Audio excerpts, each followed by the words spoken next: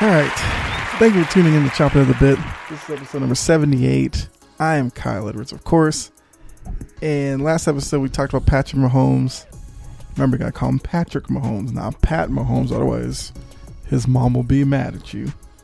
But Patrick Mahomes and kind of his dominance over the young quarterbacks of the league today. And I did a top 10 ranking of the young quarterbacks today. So you can definitely check that out after this episode. I will say number 2 may surprise you, but check that out after this one. So in this episode, I want to take a look at Tampa Bay and Tom Brady. Kind of want to take a look at his journey to this point. Maybe do some legacy talk. And maybe talk about some of his contemporaries that they have pitted him against throughout his career, and how he's kind of met those challenges and exceeded those challenges as well. Mainly this episode's going to be so for the Patriot lovers like myself and those who watch Brady the past 20 years, I'm probably going to say a lot of stuff that you have been dealing with when you're talking to your friends who aren't Patriot fans and you feel like you're always having to defend him. I'm going to help you out on this episode. Then for the other crowd, the ones that doubt and hate on Brady, this episode is going to be, I guess, me trying to enlighten you as to what you've been missing the past 20 years. So, hopefully you enjoy it. Stick through it. I think it's going to be a good one. I mean, for the haters and stuff, maybe you learned something different. Maybe just hearing it from me makes you realize how you've been coming across to me and the rest of my Patriot people. So, with that, let's go ahead and get it started. So y'all know Brady's origin story. Quarterback out of Michigan. Wasn't even the star in Michigan. The coach there actually had him splitting time with Drew Henson. We all remember Drew Henson, that great quarterback who was with the Cowboys for a couple of years, and then we never heard from him again. I think he went and tried baseball because he was like a 2-sport athlete in Michigan. Didn't really do anything there either, and now I don't know where he is. So just imagine a guy who going down, greatest quarterback of all time, couldn't even star at his own college. But I do think, I will say this, I think that situation in Michigan kind of made him the player that he was in the NFL.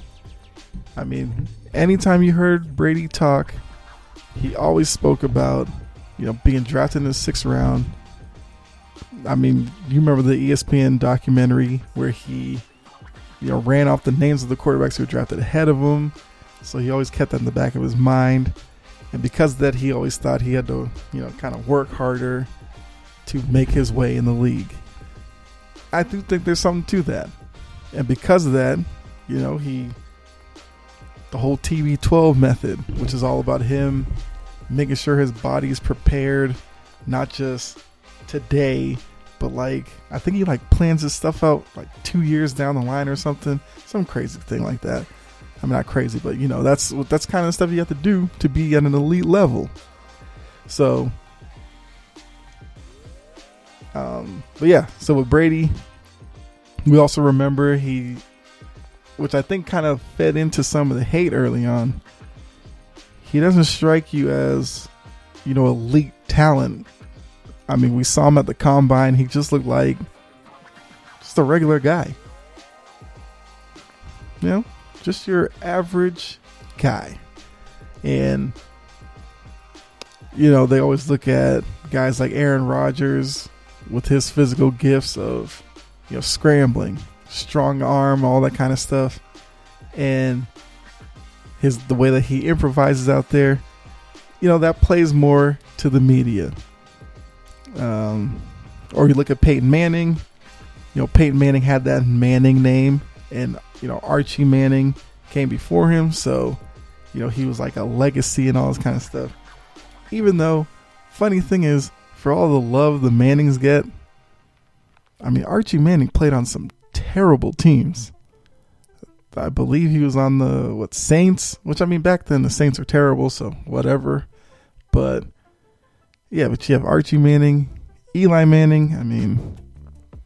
What is there to say about Eli Manning? He's benefited definitely the most out of that Manning name.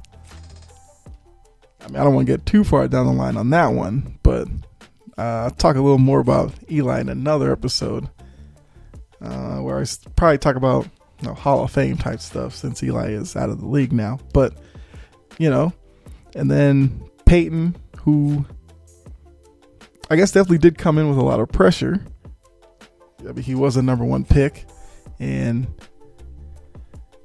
ultimately he probably became Brady's biggest rival for most of his time in New England. So, but you see where I'm going here. Drew Brees is another guy, went through the same era, and Brees did have the fact that when he was with the Chargers, he had a really bad shoulder injury. People didn't even know how long of a career he might have. Well, Brees lasted years well past that, and is now at the point where it looks like he might retire. Quick side note, I think there was a story today that Brees is looking to lower his cap number, which I guess is a sign of him retiring or something. I guess since he's retiring before the end of his contract, he would still be on the Saints books or something. I don't know. I believe that's the story. Don't hold me to it on that one. But yeah. And then it wasn't just guys of today or guys that, Brady really went up against all that much. I guess another name thrown is Big Ben Roethlisberger. He was another rival to Brady with the Steelers. Patriots became a good rivalry, as well as Patriots Colts did. And yeah. But then if those players didn't really pan out, they would always compare Brady to, your Montanas and your Elways as guys who had relative success in the league, were guys who definitely at times you could say were the best at their position at certain points of their career. So even though Brady came in to the league with not a lot of fanfare and pressure and all that, as he started winning early on in New England, that pressure started coming in from the outside, and because of that, led to a lot of haters developing. And so speaking to my Patriot fans out there, we all know what they always come with when they talk about Brady. They always say he's a system quarterback. Belichick made him. All this kind of stuff. He always had these great players around him, great offensive lines. Belichick always did well with depth of the roster, and they won the first couple of Super Bowls when Brady was just a dink and dunk quarterback. Blah blah blah, whatever.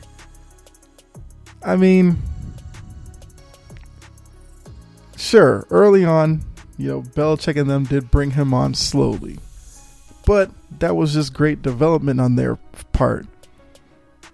How many quarterbacks taken in the 6th round, where most quarterbacks taken in the 6th round you never hear from again, but they're taken in the 6th round, they get thrown into the fire early on because the incumbent quarterback has a horrific injury. Bledsoe took that hit on the sideline. I believe he punctured a lung and all this kind of stuff, rushed to the hospital, that kind of stuff. Brady goes in there, and with Brady's calm demeanor, the lights weren't too bright for him, he was able to, methodically put drives together and all that. So, I mean, dink and dunk, whatever. Which, if you look at it now, there's a lot of quarterbacks who do the short passing game. And if you can be successful that way, hey, that's how you do it.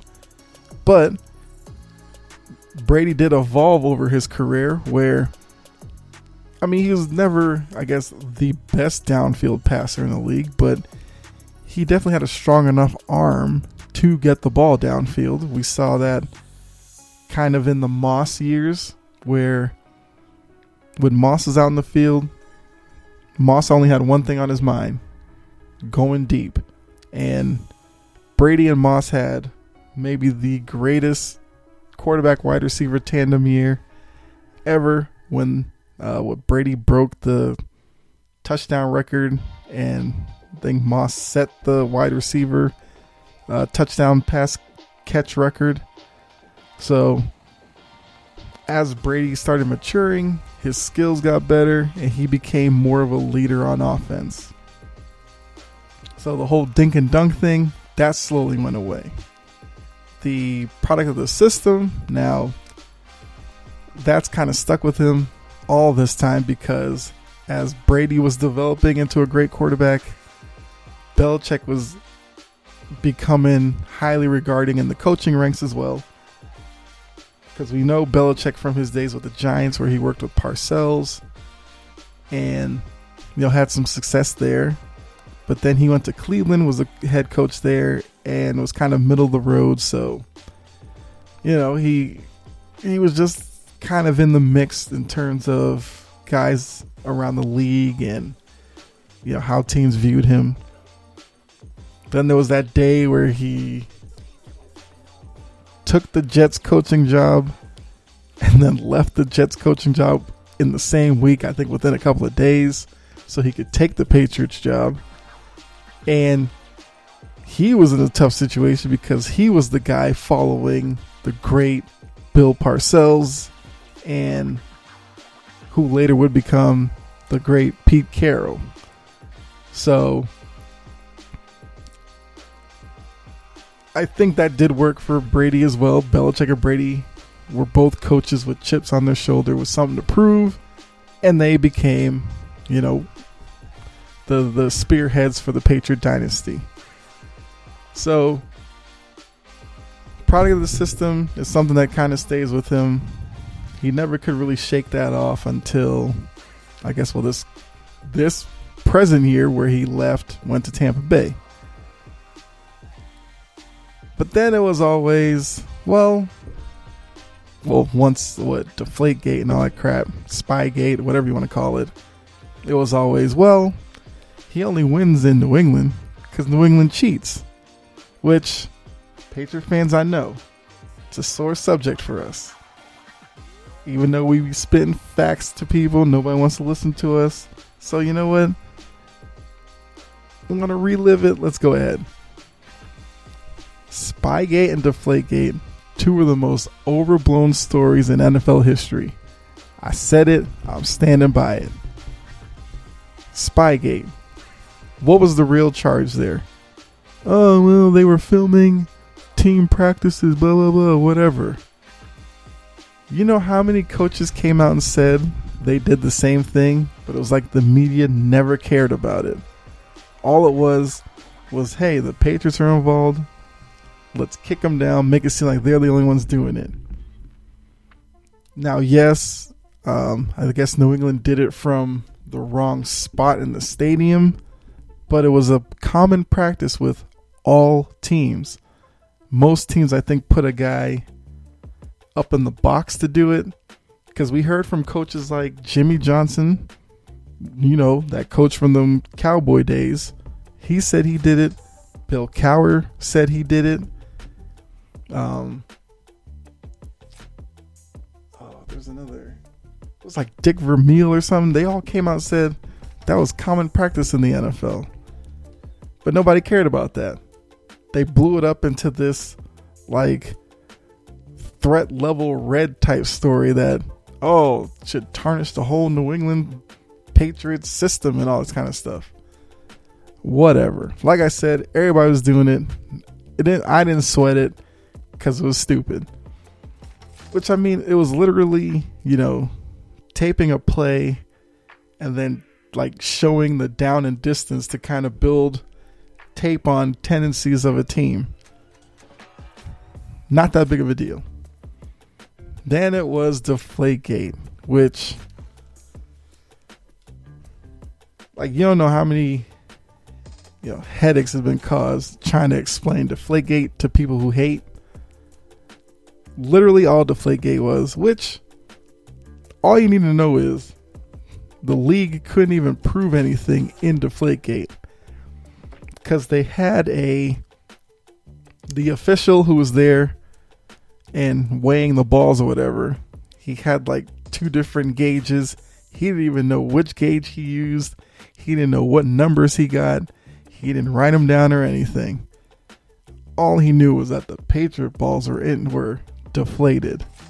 So that's the first part. Second part, the story that gets lost in the shuffle, the Colts who they played that game, the Colts had balls that were deflated as well. Nobody cared about that at all. And that was kind of more fed into by Chris Mortensen from ESPN with his tweet, which he prematurely put out there for everybody. Everybody ran with it. And from that point, the story kind of took on a whole other role. Whatever. But if you think back to it, the league has like a minimum and maximum pressure for the footballs that you can use. I mean, for those of us who've been to science class, if you have a football, so let's say, because Brady did say he likes his to be inflated on the lower side. Naturally, in the cold weather, which that was in like January in the playoffs, some air will, be released due to the cold weather. So the ball may have been a little low. Whatever. Part of that story that gets completely thrown away. Years before that, the Minnesota Vikings were caught during a live broadcast taking air, and I think they were taking them out of the footballs right there on the sideline. Nobody cared. I think they had like a little fine or something. Okay. Aaron Rodgers came out and said he likes his ball to be overinflated above the level. Nobody cared. Once again, Brady's name, Patriots, Belichick, attached to the story, blew it all out of proportion. So, and that's something that I guess to the haters out there, they'll never be able to live down. But despite that, when the balls were then regular in the Super Bowl against Seattle, Brady had one of his best performances in the Super Bowl. Nobody cared at that point either. So, whatever. So, I guess another knock on Brady is, I guess with like his, TB12, he endorses, endorsed Aston Martin and stuff like that. A lot of guys hate on him because he doesn't seem like a guy that you would sit at a bar with and just chill. I've heard this from people. Not saying a lot of you have heard it, but I've heard it from people that they don't like him because of that. That's why they prefer Peyton Manning, which I will give Manning credit. When he hosted Saturday Night Live, he was hilarious. He was better at it than Brady. That's all I'll give Manning the edge on Brady at. Manning was hilarious on Saturday Night Live. If you haven't seen that, check that out on YouTube. You get a good laugh. But that's how they like Manning, Big Ben. I mean, Big Ben's a guy who, you sit him in a bar. I don't know if he's still like that, but he looks like a guy who would probably, drink everybody under the table. And Rodgers, I don't know, because Rodgers has his own things, but it always seemed like Brady's career, the more and more he accomplished, it was just the more of a reason to build somebody else up to try to knock him down. And I will blame a lot of that on, ESPN's parade of people that they have working there. A lot of them are like New York Jet affiliated guys who are sore about, what the Patriots did to them, stopping them from winning what they thought could have been Super Bowls. So they, have like an axe to grind against them. So you get a lot of hate there. NFL Network, you have Marshall Faulk, who, I think Marshall Faulk is still there. But if you haven't heard some of Marshall Faulk's takes on the Patriots over the past few years, check that out. Because that dude right there, he was on the 0-1 Rams team. That was the greatest show on turf. Was supposed to blow out the Patriots by like 17 points. And they ended up losing that game. And that's where the whole, they taped our walkthrough the night before crap came from. And he has never let that go. So he takes whatever opportunity he has to just, crap on anything the Patriots do. You have guys, LaDainian Tomlinson, NFL Network, was on a lot of those teams with the Chargers where the Chargers always had a better record and New England would always go out there, beat them in the playoffs. And then, their season was always a failure. There was that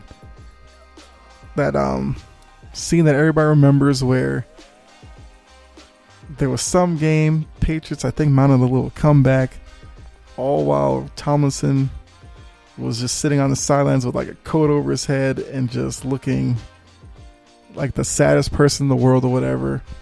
So he never let that go. He likes to diminish New England's accomplishments a lot of the time. So with a lot of these people in the media doing it, where do you think, all the people who watch those shows, that's all they see. So they start believing in it.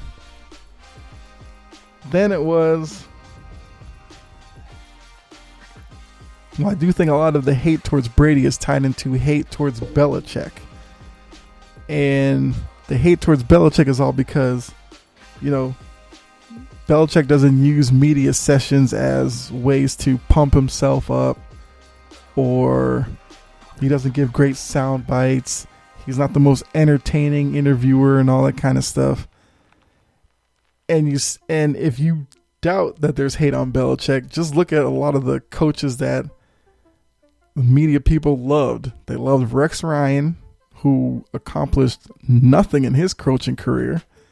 Belichick basically put him out of the league.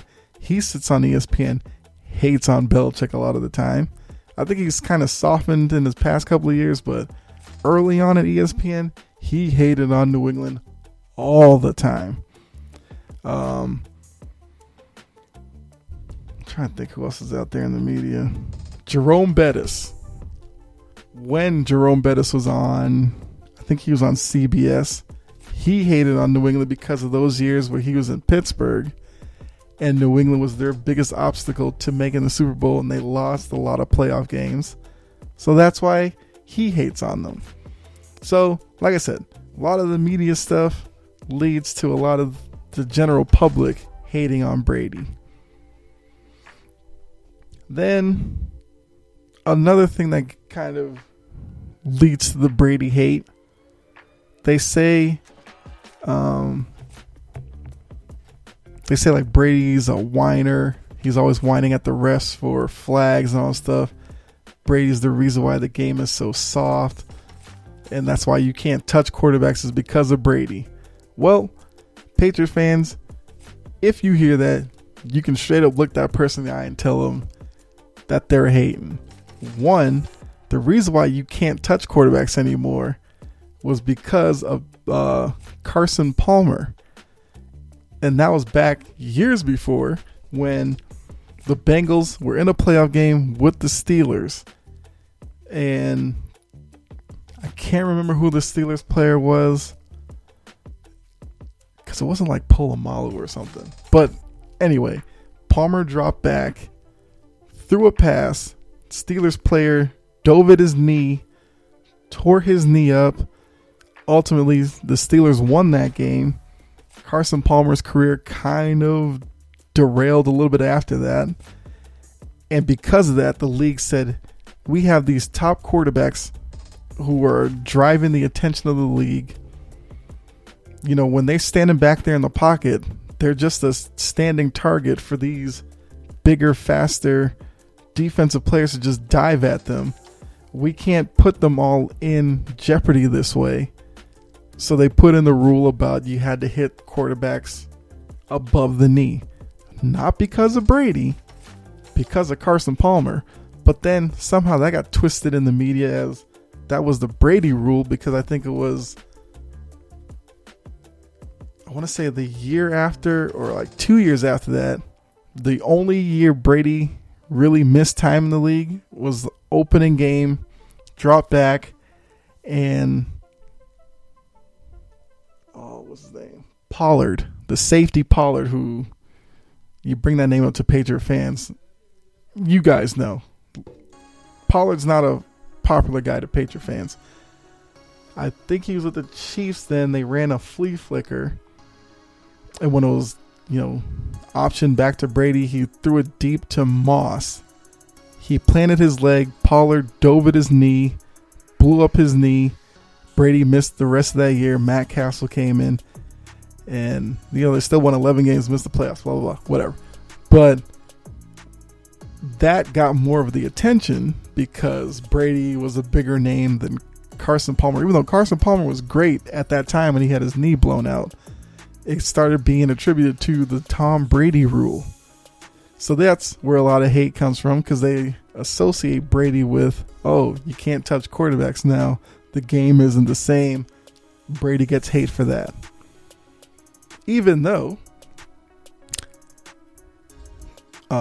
Peyton Manning gets a pass for the fact when he was early on in his career and he was in the same division with New England, couldn't win a game for his life, was going like 1-15 rookie year, was constantly like 6-10 or whatever for a few years, and then all of a sudden the NFL had realignment, put the Colts in the AFC South division with the expansion Jaguars, expansion Titans after they moved from Houston, and then like the expansion Texans after they just became a new team, and Manning was killing it against them, running up all kinds of records. That guy, early in his career in the playoffs, he couldn't handle the physicality of Patriot cornerbacks on his wide receivers. He and Tony Dungy complained to the league about it. They changed the rules so that cornerbacks could barely touch wide receivers coming off the line. Manning's numbers took off. That changed the way defenses have been playing, which is why a lot of these quarterbacks now have inflated numbers and all this kind of stuff. But nobody gives Manning crap about that. I'm pretty sure to a lot of you, me telling you this now is probably the first time you've heard that. But that's actually what happened. When it was a game in the snow in January for like a couple of years, and Manning was having like 3-4 interception games against New England because, Ty Law, physical corner, was, jamming Marvin Harrison off the line. And Manning was just throwing pick after pick. And of course, as I said before, Manning was the media darling because he had the Manning name and he was the highly regarded guy at Tennessee. He didn't win anything at Tennessee, but he came to the league as the next big thing, the sure shot. So the league was trying to prop him up, change the rules. He started winning all of a sudden. And so, yeah, no hate for Manning for that. But Brady gets all this hate off of stuff he ain't even do. So then some people hate on Brady because of Giselle. He has a supermodel wife. His wife makes way more money than he does. And I think to the common football fan in New York and Pittsburgh and all that stuff, they wouldn't have a shot at a woman like Giselle. So they hated on Brady for it. Really no explanation there. You're going to hate for that. You're just going to hate. I can't really talk that one off the ledge. So have that one. But then I think the biggest hate has been he just won for too long. After 20 years of winning in and out. So basically in 20-year run, like I said, 6 Super Bowls, 3 other appearances. He was basically going to the Super Bowl on average every other year. So every other year, Tom Brady was in the national spotlight on Super Bowl Sunday. Of course, at that point, there's going to be a lot of hate. Why? So let's look at it. For the Peyton Manning fans, as great as Manning was, he won 1 Super Bowl with the Colts against probably the worst Super Bowl team of all time, that Bears team, which was built off of Devin Hester, returning punts and kicks for touchdowns, while the offense they just hoped could give to, would just not turn the ball over. But it rained that Sunday, and, Hester was kind of minimized. And Vinatieri was Vinatieri there at that point? Or Vanderjagt, I think, was still there. Was basically the hero of that game because he had a bunch of clutch field goals in that game to win it for the Colts. But hey, Peyton Manning got all the praise for it because he's a Manning. Then he had the Super Bowl against the Saints, where he threw that late pick 6 in the fourth quarter, which helped the Saints win the game. Nobody mentions that with Manning. And then he went to Denver, got embarrassed one Super Bowl against the Seahawks, where like the opening the opening snap went through his hands, safety, led to a blowout. And then won a Super Bowl when that same defense went up against Carolina with Cam Newton, and the defense did everything. At that point, Manning could barely throw the ball 15 yards downfield. But hey, it took all this time for Brady to finally be considered better than Manning. Like, get out of here with that. So because of that, a lot of hate because Brady single-handedly kept Manning's storybook career down. Manning was supposed to be, so like if ESPN and NFL had their way, Manning would have had the career Brady would have had, and they would have loved him for it. But Brady had that career. They hated him. So I get it. Then it was Aaron Rodgers, the most gifted quarterback. Had all the tools, all of this, all of that. You realize Aaron Rodgers has only been to the Super Bowl once, and that came early in his career. He's been to 5 NFC championship games. Like I said, he's only won 1 of them. He's 1-4. And yet some guys are still making the argument that Aaron Rodgers is the best quarterback of today. So as great as Aaron Rodgers is supposed to be, so where do the wins come in this equation? I mean, I'll wait for the response on that one. So there's hate there because of that. Because Aaron Rodgers couldn't live up to the standard that Brady set. People hate on Brady. Montana, like I said, Montana went 4 for 4. So to me, Montana's the clear number 2 quarterback of all time. So if any of you want to put like Manning there, that's disrespectful to both Brady and Montana. But I think for the guys who probably appreciated the game more then, because I would say defensively was definitely more physical game then than now. So the fact of Montana getting 4 for 4 does hold high regard, and it does to me because, like I said, Montana's number 2 all time. But I think because Montana was seen as the clear number 1, and then this Brady guy, well, Montana was highly drafted out of Notre Dame, which, if you guys remember from a lot of my college coverage, Notre Dame is the darling of the media. So, Montana did that. And then for Brady, like I said, 6th rounder out of Michigan with the type of body that he had. Nobody saw any of this coming. So they hated on him for outpacing Montana, like I said before, and it wasn't a guy like Manning who did it. So Brady got hate for that. I mean, a lot of the other quarterbacks don't really factor in that much. I mean, Breeze is loved, but Breeze has his limitations. Brett Favre was loved because he was just, he was a party animal, and he was a risk taker, which people loved, and Favre was a media darling as well. But Big Ben,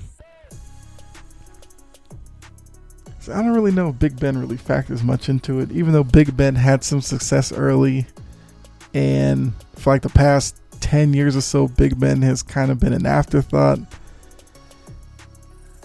Yeah, I don't really know if Big Ben's too much of a factor in that. So, that's where a lot of the hate comes from. And then, I guess I'll kind of end it with this. The other part of the story that kind of frustrates me is a lot of these guys who hated on Brady all this time, now that he's in Tampa for this Super Bowl, a lot of them all of a sudden love him. And to me, I guess the hypocrisy in it kind of goes over my head, because it's like, it just makes them look dumber because they hated on him for 20 years. And then because he left New England, went to Tampa, which they've blown that story up like clearly Brady and Belichick, the relationship there, which they've tried to analyze, every which way you can think of. But I think it was during Super Bowl week where Brady came out. He, rated up his time with New England, said he's loved it there, and he just had to move on. So for me, when I look at the situation, I will always love Brady's time in New England, but I'm not like a lot of sports fans out here today, which I may probably use for another episode down the line, where you see a lot in the NBA where guys don't really follow teams, they follow certain players, which is something that annoys the mess out of me. So you know what? I will have to do that on another episode. And so I won't give too much away with it. But for me, I'm a Patriots fan number 1. So yes, I loved Brady for those 20 years. Now that he's in Tampa, it's not like I'm going to sit there and dog the Patriots now and just become a Buccaneers fan because Brady is there. No, that's not how it's supposed to work. But, if that's the way you operate, that's cool. I don't have a problem with it. That's just not how I do it. So, we had this year with Cam Newton. It was a rough year. But if you listen to a lot of my coverage with New England and all that, I kept it 100 with them, but I still rooted for them. And because that's what you do. You want your team to do well. And I always knew when Brady left, it was going to be tough for the next guy. So I will give Cam Newton some credit for that he took that challenge on. He did it with a smile on his face and all that. Shout out to him. But now with Brady in Tampa Bay, all of a sudden, all these guys hating on him were just in awe of his ability, and now want to acknowledge him for what he's doing, being 43 years old and still having the ability to win and all this kind of stuff. Taking a franchise like Tampa Bay, which has a long history of being losers. And quick side note, I will say, even though they represent a bad time in Bucks history. Who out there doesn't love those like creamsicle Tampa Bay uniforms? Not gonna lie, they were kind of dope. I just had to say that, but whatever. It's back in the lore of when they were losing. So he goes down there 1 year, gets into the Super Bowl, even though there was talent on that team last year. The only problem was Jameis Winston threw 30 interceptions. And even with those 30 interceptions, they were what? Did they go like 9-7 or something? Or 8-8? Whatever. So it's not like, Brady went to Jacksonville and turned it around. But, I'm not knocking Brady. He picked the right situation for him. His last couple of years in New England, as he was getting up there in age, he wasn't really in a position in his career to try to bring along young wide receivers anymore. There was a change in Brady in New England, and I noticed it, I acknowledged it, I understood it. It's one thing if you're 25 and you have the wherewithal to win with whatever the team presents to you. But once you're 40, it's probably exhausting. He wanted to go where there was established guys. He went to Tampa Bay. You had Mike Evans there. Mike Evans, great wide receiver. Chris Godwin, great young wide receiver. Fournette went down there with him, so great running back. They had O.J. Howard, who I don't even know if O.J. Howard plays anymore with them, but O.J. Howard, Cameron Brate, the tight end position, great production there. He brings Gronk with him. So for this point in his career, that's where Brady wanted to go. I'm not mad at him. So yeah. So now for the media people to be like, oh, what a story it would be for him to win. And then trust me, you'll hear this. They're going to start pushing the whole, well, if he wins this one in Tampa Bay, is it more important than the other 6 he won in New England and all this kind of crap? Like, come on. Really? No. For me, there's probably 2 or 3 Super Bowls he won in New England that if he wins this one would still be better than. The first one against the Rams is probably the best one that he had. Young quarterback winning the game late the way he did, where John Madden was like, take a knee, go into overtime. They didn't do that. He drove him down the field, game-winning field goal. That's probably his best Super Bowl. Second one that would still be better than this one, the one against the Falcons. Sorry, Falcons fans. I know, sore subject, but I had to say it. The Falcons won down 28-3, leads the comeback against a high-powered offense. The defense obviously helped out, but he capitalized on a lot of those opportunities to win it in overtime. Take that one. I would probably say the Seahawks one with the Malcolm Butler interception at the goal line probably is better than if he wins this one. Not to say this wouldn't be an important one to him. It would do a lot for his legacy because Patrick Mahomes and that Chiefs team, if they win this one, Mahomes gets his second in a row. Brady's still at 6. I think, if Mahomes wins it, you'll already hear the stuff about him being better, a greatest of all time already. You know it, because like I just went through this whole episode telling you, they have, for all of Brady's career, always trying to rate up somebody else to knock him down. So if Mahomes gets 2 back-to-back, even though Brady was the last one to do it with the Patriots, Mahomes will be the guy who will be on the clock to dethrone Brady. But, Brady wins. He gets to 7. Mahomes still at 1. That's 6 ring gap. That's a lot to make up, but, So it will still be important, but not as important as those 3 I just named for you. So, basically all that's for this. For the haters and doubters, just just come to your senses, and just acknowledge that Brady is the greatest of all time.